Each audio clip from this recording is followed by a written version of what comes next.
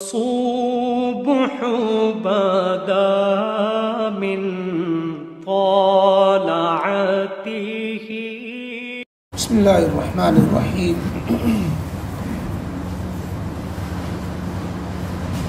چوتھے پارے میں 9واں رکوع اور سورہ آل عمران کا 18واں رکوع چل رہا ہے.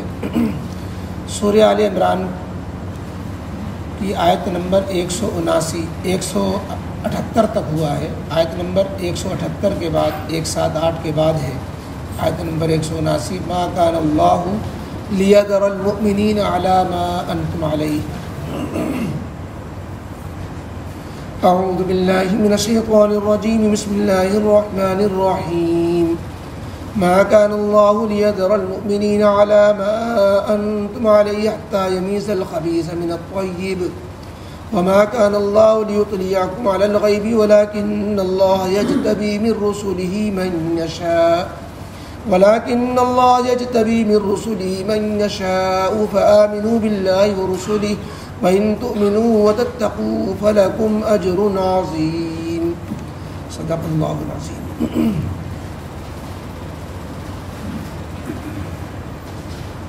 اوپر کی آیتوں میں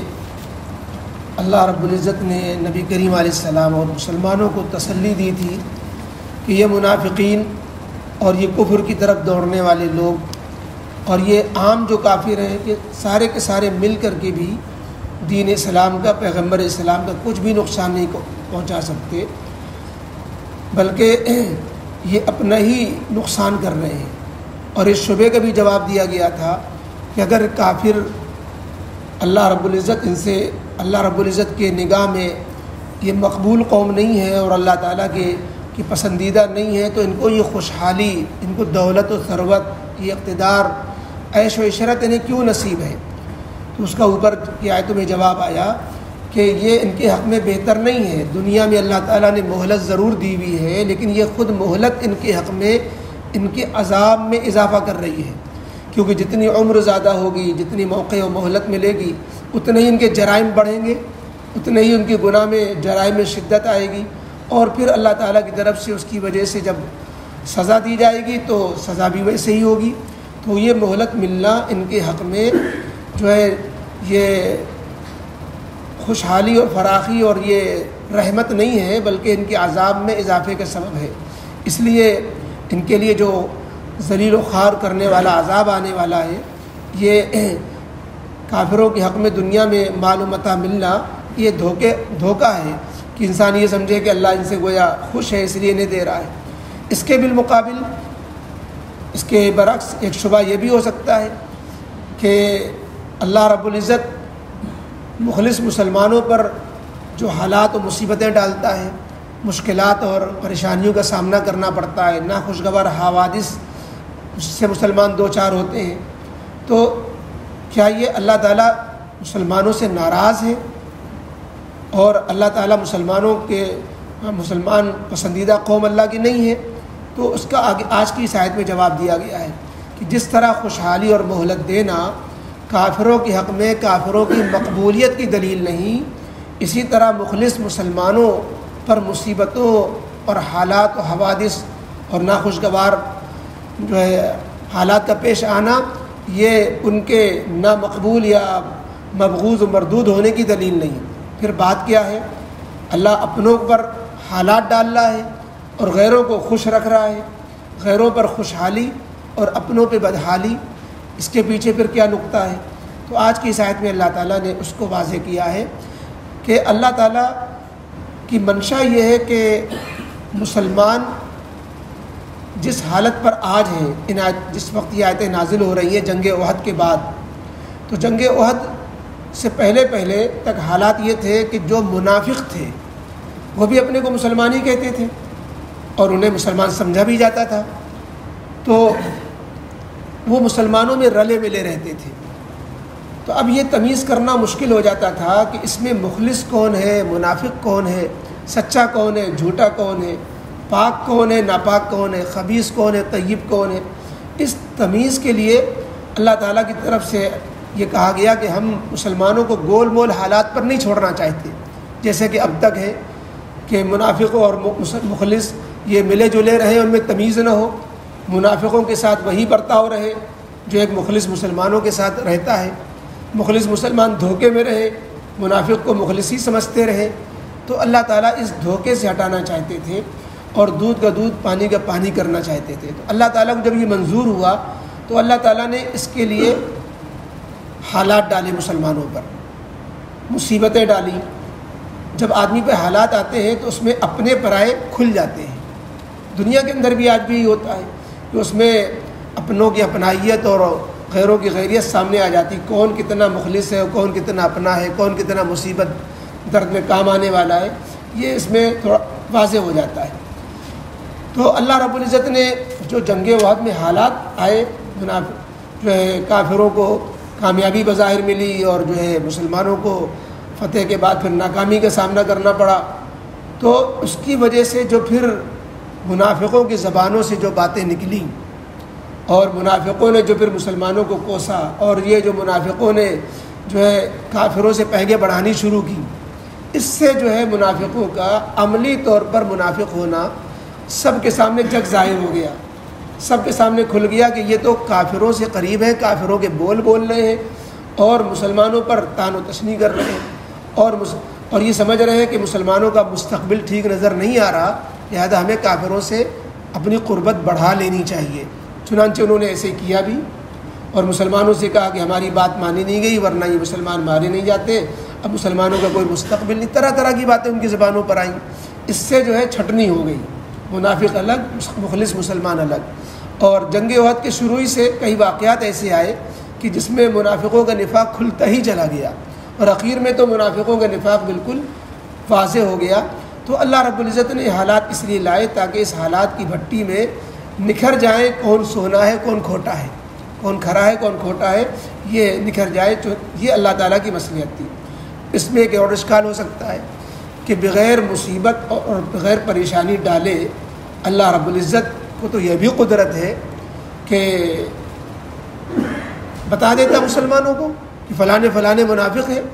ان کے دلوں میں یہ بات ڈال دی جاتی اور ان کو مطلع کر دیا جاتا، نبی کے ذریعے سے لوگوں کو مطلع کر دیا جاتا اور بتا دیا جاتا کہ لوگوں کے سامنے اعلان کر دو کہ فلانے منافق ہے۔ تو اللہ رب العزت نے فرمایا یہ اللہ کی مصلحت نہیں تھی۔ کیوں؟ اس لیے کہ اللہ سب کے دل میں ڈالے اور سب کو بتائے، تو اللہ ایسا کر سکتا تھا، اللہ کو یہ بھی قدرت تھی، لیکن یہ حکمت کے خلاف ہو جاتا ہے۔ حکمت جو بظاہر ایک اللہ کی فعل میں بڑی حکمتیں ہوتی ہیں، ایک حکمت جو نظر آ رہی ہے کھلی ہوئی، وہ یہ کہ منافق جو اپنے کو مسلمان کہہ رہے ہیں، مسلمانوں کے درمیان میں اگر حالات نہ ڈالے جائیں اور یوں کہا جائے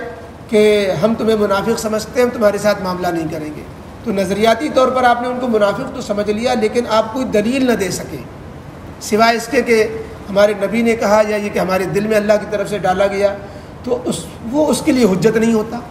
اس کے لیے وہ چیز دلیل نہیں بنتی کہ تم جھوٹا الزام لگا رہے ہو اور تمہارے نبی بھی جھوٹ کہہ رہے ہیں، ہم کو بتاؤ مسلمان تمہارے پاس کیا دلیل ہے، ہم نے کہاں سے تمہیں منافق نظر آ رہے ہیں۔ لیکن جب حالات ڈالے گئے اللہ کی طرف سے تو ان کی زبانوں پر جو باتیں آئیں، ان کا جو رویہ سامنے آیا، تو اس کی وجہ سے وہ خود انکار نہیں کر سکتے کہ ہم نے یہ باتیں کہی ہیں اور جو ہے ہم نے یہ معاملات رکھے ہیں، ہم نے جو ہے جان چرائی ہے جہاد میں جانے سے، مسلمانوں کا ساتھ دینے، اس کا جو ہے انکار نہیں کر سکتے وہ، اور سب کے سامنے پر۔ تو یہ عملی طور پر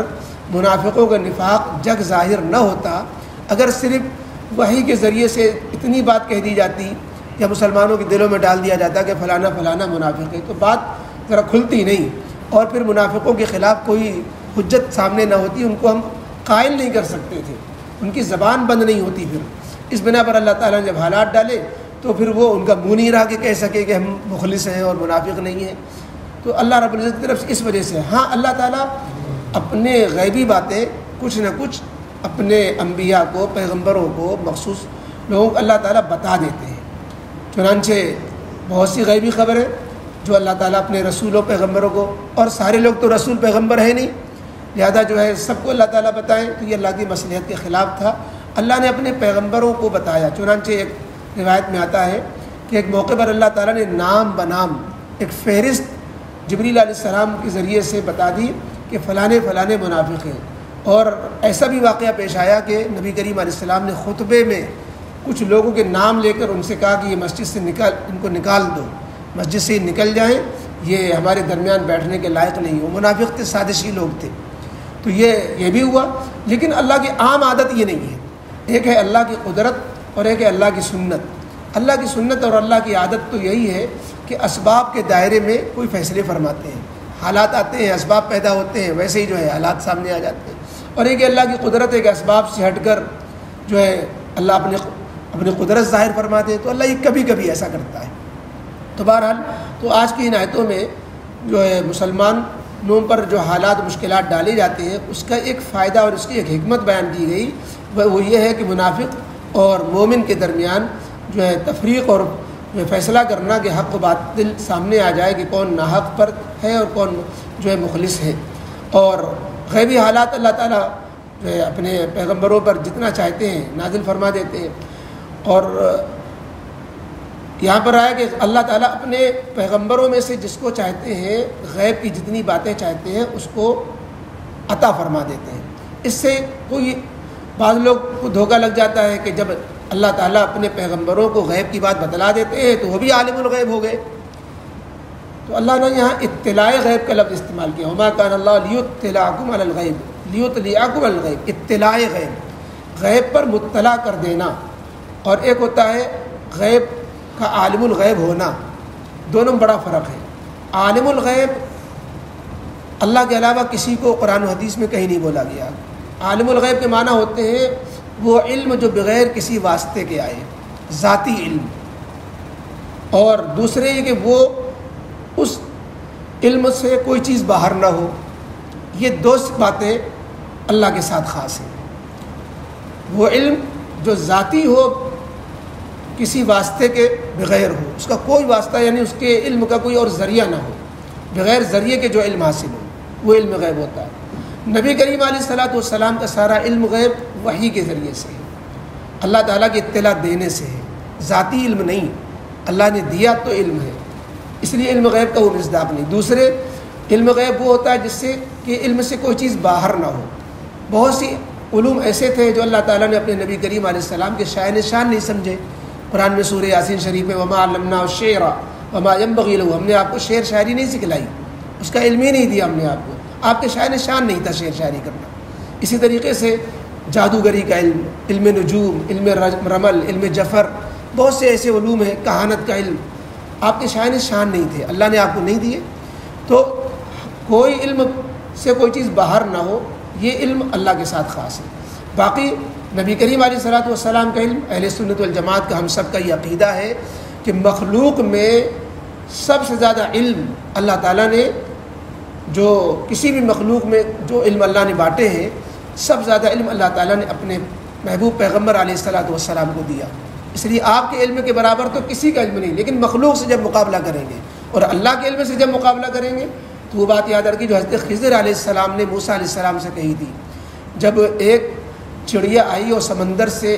ایک قطرہ پانی اپنے منہ میں لے کے پی کر چلی گئی، تو فرمایا کہ یہ بتاؤ یہ ایک قطرہ پانی چڑیا لے کر گئی ہے سمندر، اور یہ کہا کہ یہ سمندر کے اللہ کے علم کے مقابلے میں اس کی مثال، فرمایا کہ ہمارے اور تمہارے علم کی مثال، جو حضرت خضر علیہ السلام کو غیبی چیزوں کا علم تھا، موسیٰ علیہ السلام کو شرعی چیزوں کا علم تھا، کہا کہ اللہ کے علم کے مقابلے میں ہمارا تمہارا علم ایسا ہے جیسے چڑیا کا ایک قطرہ پانی، اور اللہ کا علم ایسا ہے جیسے پورا 7 سمندر۔ تو اللہ تعالیٰ نے جو علوم امت کو مخلوق کو دیے ان میں اللہ کے نبی علیہ السلام کا علم سب سے زیادہ، لیکن اس بنا پر آپ کو عالم الغیب کہنا یہ صحیح اس لیے نہیں ہوگا کہ عالم الغیب کا لفظ هو اللہ الذی لا الہ الا هو عالم الغیب والشہادہ صرف اللہ کے لیے بولا گیا ہے، اور عالم الغیب کہنے کے لیے جو 2 شرطیں ہیں وہ صرف اللہ کے اندر پائی جاتی ہیں کہ نمبر 1 وہ علم ذاتی ہو، کسی کی عطا سے نہ ہو، نمبر 2 وہ علم محیط ہو، کوئی چیز اس سے باہر نہ ہو۔ یہ 2 باتیں اللہ کے علاوہ کسی میں نہیں پائی جاتی۔ یہ بات اس لیے آ گئی، تھوڑا سا علم غیب پر بھی بعض لوگ بحث کرنے لگتے ہیں۔ تو فرمایا ما کان اللہ، تو یہ اس آیت میں یہی کہا جا رہا ہے کہ اللہ تعالیٰ اپنے غیب کے ذریعے سے بہت سی چیزیں اپنے نبیوں کو بتاتے ہیں، لیکن یہ کہ منافق اور مومن کو جو ہے اس طرح چھٹنی کرتے، اس کے لیے اللہ تعالیٰ کی عادت یہ ہے کہ حالات ڈالتے ہیں، اس سے چھٹنی ہو جاتی ہے۔ ما کان اللہ لیذر المؤمنین علی ما انتم علیہ، اللہ تعالیٰ کو یہ منظور نہیں ہے کہ مومنوں کو اس حال پر باقی چھوڑے، اس گول مول حالت پر رکھے، علی ما انتم علیہ، جس پر ابھی تم لوگ ہو۔ مومنوں سے خطاب ہو رہا کہ تم لوگ جس حالت پر ابھی ہو کہ اس میں منافق اور مومن میں تمیز نہیں ہو پا رہی ہے، اللہ تعالیٰ یہ گول مول حالت پر مسلمانوں کو باقی نہیں رکھنا چاہتا۔ حتیٰ یمیز الخبیث من الطیب، اللہ اس لیے حالات ڈال رہا ہے، اس وقت تک اللہ حالات ڈالتے رہیں گے یہاں تک کہ خبیث کو طیب سے، ناپاک کو یعنی منافق کو، طیب سے یعنی مومن سے، پاک سے یعنی مومن سے جدا کر دے۔ وما کان اللہ لیطلعکم، اور ایک دوسرا راستہ کہ وحی کے ذریعے اللہ ایسا کر دیتا، فرمایا کہ اللہ تعالیٰ کی مصلحت کبھی کبھی ایسی ہوتی ہے۔ وما کان اللہ لیطلعکم علی الغیب، اور اللہ تعالیٰ نہیں چاہتا کہ تم کو غیب کی بات پر مطلع کرے کہ کس کے دل میں ایمان ہے اور کس کے دل میں نفاق ہے۔ اللہ تم کو غیب پر مطلع نہیں کرتا، اللہ کی مصلحت نہیں کہ تمہیں غیب کی بات پر اطلاع دے۔ وَلَٰكِنَّ اللَّهَ يَجْتَبِي مِن رُّسُلِهِ مَن يَشَاءُ، لیکن اللہ تعالیٰ چھانٹ لیتا ہے جن کو چاہتا ہے، یعنی پیغمبروں میں سے جن کو چاہتا ہے ان کو غیب کی خبریں بھیج دیتا ہے، وحی کر دیتا ہے۔ لہذا تمہارا کام تو اس فکر میں پڑے بغیر، اس کاوش میں پڑے بغیر کہ یہ طریقہ کیوں نہیں ہوا، وہ طریقہ اس طریقے سے ہو جاتا، بس تمہارا کام تو یہ کہ اللہ کا جو حکم ہے اس کو پورا کرو۔ فآمنوا باللہ ورسلہ، سو تم یقین رکھو اللہ پر اور اللہ کے پیغمبروں پر۔ وَإِن تُؤْمِنُوا وَتَتَّقُوا، اور حالات کچھ بھی ہو اگر تم ایمان والے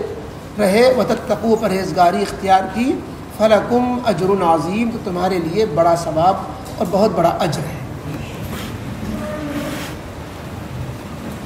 الحمد للہ رب العالمین، والصلاة والسلام علی رسول محمد وآلہ وصحبہ اجمعین۔ ربنا ظلمنا انفسنا وإن لم تغفر لنا وترحمنا لنكونن من الخاسرین۔ ربنا لا تزغ قلوبنا بعد إذ هديتنا وهب لنا من لدنك رحمة إنك أنت الوهاب۔ ربنا هب لنا من أزواجنا وذرياتنا قرة أعين واجعلنا للمتقين إماما۔ اللهم إنا نسألك العفو والعافية في الدنيا والآخرة۔ اللهم إنا نسألك من فجاءة الخير ونعوذ بك من فجاءة الشر۔ اللهم لا تهلكنا فجأة ولا تأخذنا بغتة ولا تغفلنا عن حق ولا وصية۔